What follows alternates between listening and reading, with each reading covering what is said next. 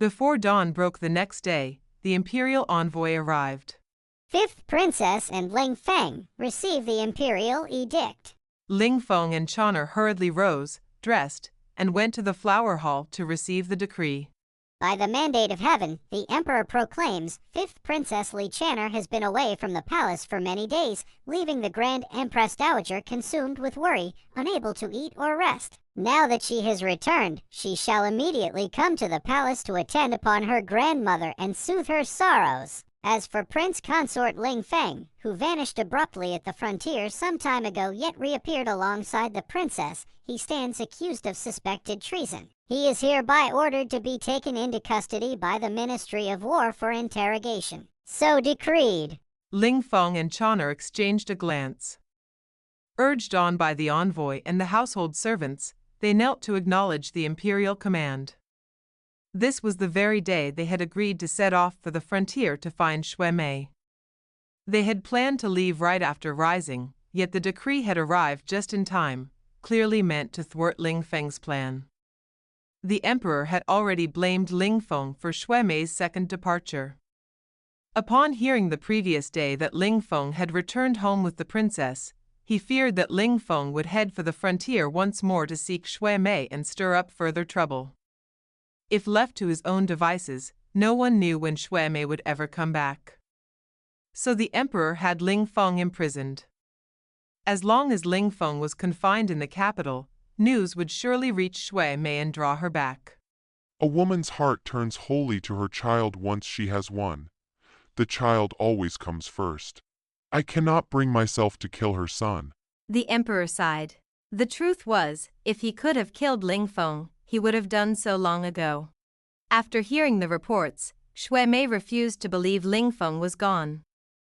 She ordered her informants to track down those soldiers. She meant to question them in person. To do so, she set out to meet the men outside Guansha City. Shan disguised Xue Mei as a man, smearing charcoal ash across her face to darken her features, and prepared a rickety old carriage for her to ride in. The four martial brothers of the Shan clan mounted their horses and escorted her toward the outskirts of Guansha City. Presently, the middleman brought forth a stocky Hakki soldier. Xue Mei held out Ling Feng's portrait for him to identify. The soldier rambled in his native tongue, and the middleman translated. He says the man in the painting is the Han warrior, who often came outside the city to challenge their men. Later, they lured him into an encirclement and killed him. The Khan himself led over 1,000 elite troops that day. Who struck the fatal blow? Khan Erlin. How was he killed? Was there much blood? Did you see his body? The Khan struck the blows himself. The warrior had already been trapped in a net, the kind strung with iron hooks used to catch wild beasts.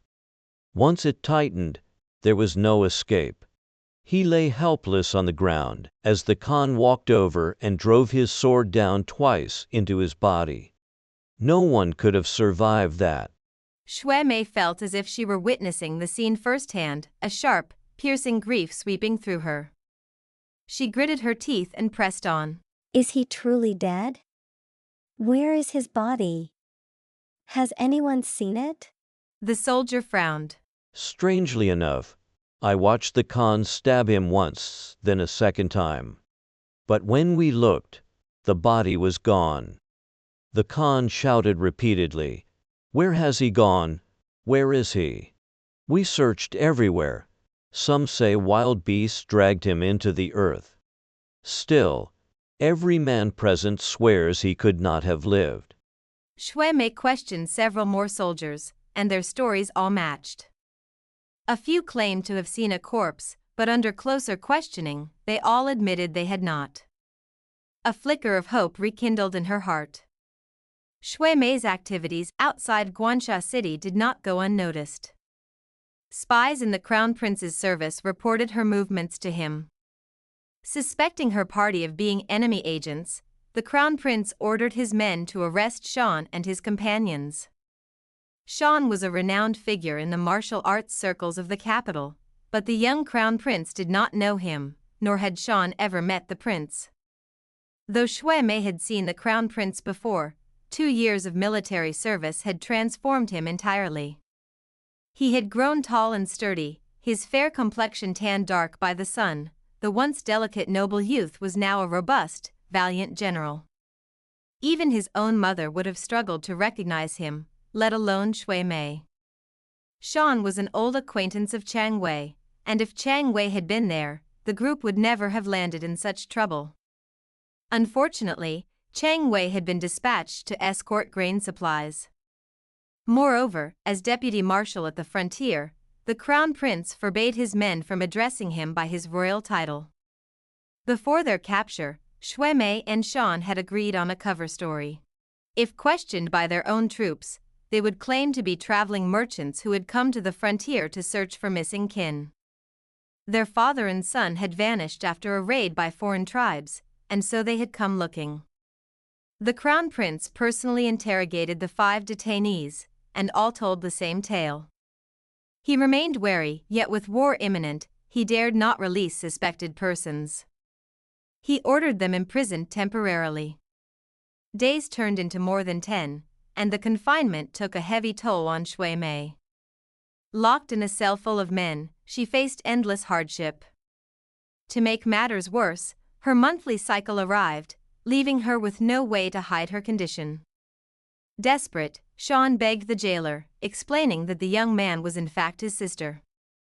He pleaded for her release, fearing for her safety among so many male prisoners. The jailer relayed the request to the crown prince's attendant, who hurried to inform his master. The crown prince had long forgotten about the group, but the news of a woman disguised as a man aroused his suspicion.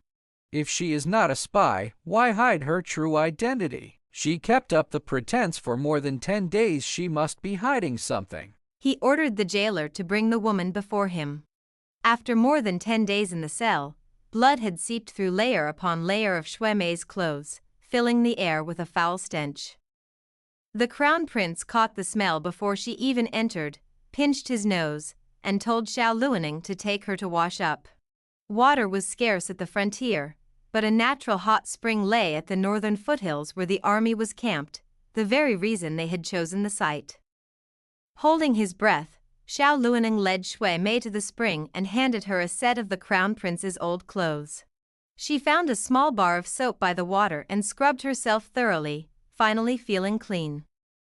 When she stepped out with her hair loose, dressed in the prince's plain old garments, Xiao Luoning stood dumbfounded. This was the beauty on the silk painting that the crown prince had once pined for, the painting he still kept in his travel pack. The resemblance was unmistakable. Xiao Luoning led Xue Mei back to the prince's tent. The crown prince was busy with official work and frowned at seeing his attendant lingering at the entrance with a foolish grin. What are you standing there for? Have you finished the tasks I gave you? Xiao Luoning nodded, still smiling, and lifted the curtain to let Xue Mei walk inside. The moment the crown prince saw her, he froze. He stepped forward and studied her from head to toe for a long while, then glanced back at Xiao Luoning, who quietly withdrew. The prince approached her and spoke gently, his tone warm as that of an old friend meeting again after years apart. Are you all right? To Xue Mei, he was merely the overbearing general who had thrown her and her companions into prison. Anger flared in her eyes. You locked us away and left us to rot. What crime have we committed? She had never endured such humiliation. The crown prince had truly forgotten about the group. I did not realize the prisoner was you, disguised as a man. I only heard today that a woman had been mistaken for a male captive. I offer my sincere apologies. His explanation only made her angrier. So what crime are we accused of? My brothers and I came here to search for our family, robbed and abducted. We do not know if they live or die. Your army cannot defeat the invaders, yet you bully your own people. Under the pretext of wartime security, you arrest and imprison folk at will. You trample on human life. Her voice broke as she thought of Ling Feng, whose fate hung in the balance, and tears streamed down her cheeks. Guards! Your general, I am here to receive your orders. Bring the men who came with her, along with all their belongings, at once. As you command. Shortly after, Xiao Luoning returned with the 4 Shan brothers and their luggage. The crown prince now recognized them as the 5 people arrested outside Guansha City. Though he could not recall Xue Mei's appearance back then, her face had been covered in charcoal ash, and he had paid her no mind. He ordered their carriage, horses, and possessions returned, and arranged a feast to calm their nerves. Once she had her luggage, Xue Mei changed back into her own clothes and handed the prince's old garments to Xiao Luoning. Even in simple linen robes, her beauty took the crown prince's breath away. Shan could see that the young general was captivated by Xue Mei, which was why he had shown them leniency. Yet Xue Mei remained sullen and sharp-tongued, refusing even to touch the wine. Shan leaned in and whispered to her, "Let it be. He holds the power, and we cannot afford to offend him. We may need his help in the days ahead. It is wise to stay on good terms." Xue Mei's expression softened. The crown prince asked for their names. Xue Mei gave a false identity. "My name is Shan Rain." Relieved to see her mood improve, the prince asked about their next plans. Xue Mei said she intended to continue her inquiries around Guansha City. I must find out the truth, whether he lives or perishes. I may even enter the city to search. I beg you not to brand us as enemy collaborators again. The crown prince nodded in agreement and handed her a carved official token bearing his seal. Show this if you need assistance, and my men will aid you. In truth, he hoped to keep track of her. Any time she presented the token, the frontier guards would report her whereabouts to him. After seeing the 5 travelers off, Xiao Luonin turned to his master. Your Highness, she did not recognize you. Why not reveal your true identity? This encounter has already troubled her enough. Past hurts cannot be undone. Perhaps one day, when the storm has passed, we may speak of old times as a casual memory. Tell me, do I look better now than before? You are magnificent, a true hero of a man. She still seems unmarried. Why not show her you are the crown prince and ask for her hand? Once she knows your rank, any hard feelings will surely fade. I seek a love freely given. I will never use my status to force anyone. Shall we send men to follow them, then?